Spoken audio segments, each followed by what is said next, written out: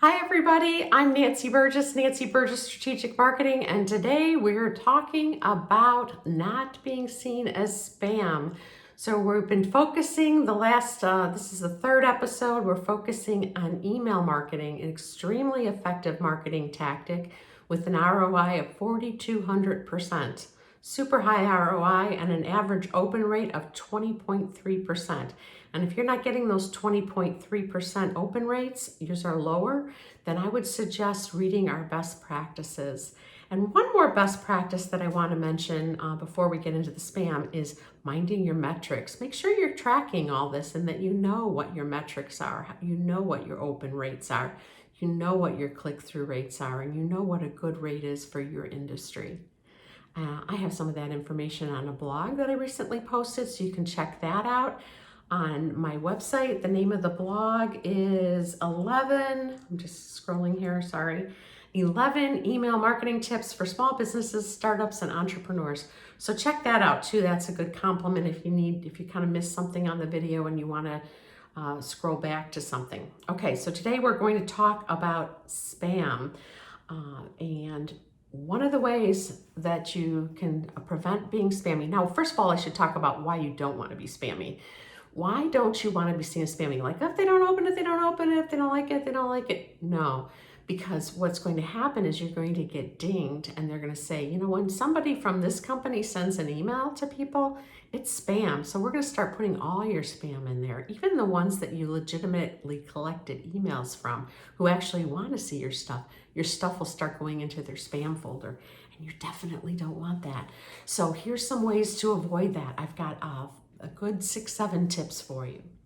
All right, so the first one, and we talked about this in episode 1, is build your list, don't buy it. You can have people email receipts and opt in that way. You know, when they're getting their receipts, you can email it to them. You can, ask their written permission to get opted in. You can add them to your list through lead magnets where they download something that they find very valuable that you've created. And so those are different ways that you can start building a list rather than buying the list. And when you do that, think ahead about what other information you're going to want to include on that list.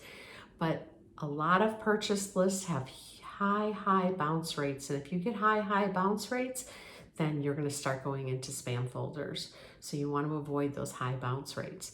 Another thing, so you want to build your list, not buy it. Another thing you want to do is avoid spammy words in the subject line. So if you have words like free and money, there's hundreds of spammy words. And again, you can link on those through my website. I included, I think it was a HubSpot article that had 100 spammy words. So you can look for that or look for my blog and click through on that.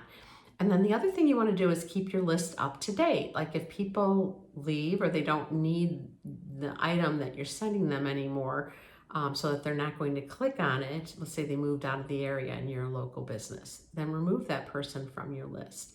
And other ways that you want to, quote, scrub your list, that's what it's called, scrubbing the list, is if emails are starting to bounce, so they're starting to, let's say, someone changed their email address and their email is bouncing now, or they gave their work address and they changed jobs. So you're going to want to remove all of those people who are bouncing in your have hard bounces in your email. That, in other words, the emails can't go through, because if you have a high bounce rate, again, the ESPs, I always get this, I want to say internet, but it's email service providers, will see you as spam, and you don't want that.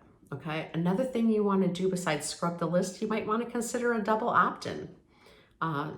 Doing a second opt-in, like where you send them an email and they say, are you sure you want to get emails from us? And they say yes, because you'll get real high open rates with those kinds of emails. Some people want to keep their list a little larger and take their chances. Other people want to make sure they have a very targeted list of people who really want to hear from them, and they'll do the double opt-in.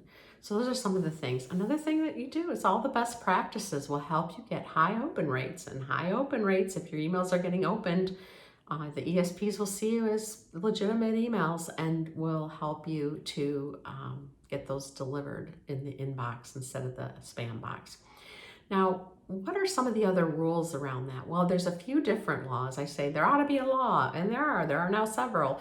So the first law that you want to think about is the Can-Spam Act, and that is a really old law. When is that? I was trying to remember. I think it's like 2000 maybe that the Can-Spam Act came through. Yeah, 2003. The Can-Spam Act is a United States federal law. The act was passed, the bill was passed, and its purpose is to avoid to avoid pornographic emails, but also to avoid marketing emails that people don't want. And so that is part of the reason why you only email people who are on your list that you built. Because otherwise you will be not in compliance with the law, no matter what the size of your business. So that is important. You also have to follow certain guidelines, like your from line has to be legitimately your company's email.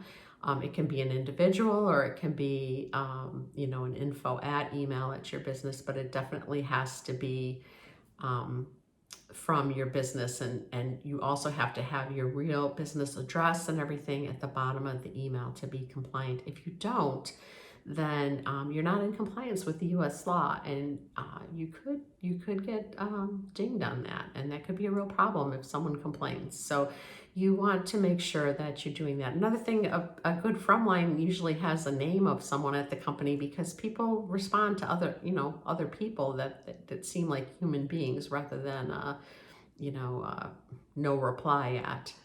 So another law is the EU has a law for GDPR, and I think most small businesses in the US aren't necessarily going to the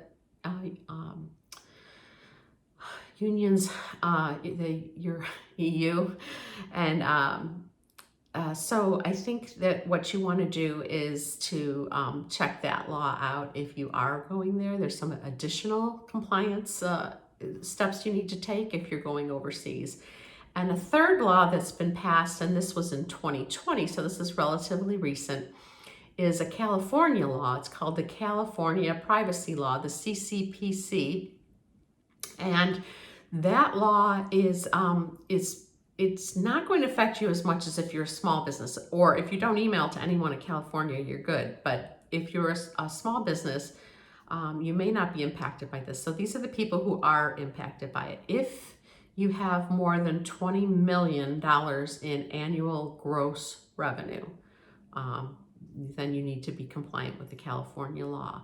If you buy, receive, or sell the personal information of 50,000 or more consumers, households, or devices in California, then you need to be compliant. Or if you get 50% or more of your annual revenue from selling consumers' personal information, then you need to be compliant with that law. So it doesn't affect as many small businesses, but there is a link there if you want to read more about that law. I do link to it, and you can read more details there if that does impact you, if you do have a higher annual gross revenue.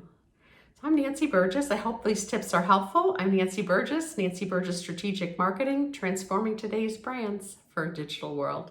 Have a nice day, everyone.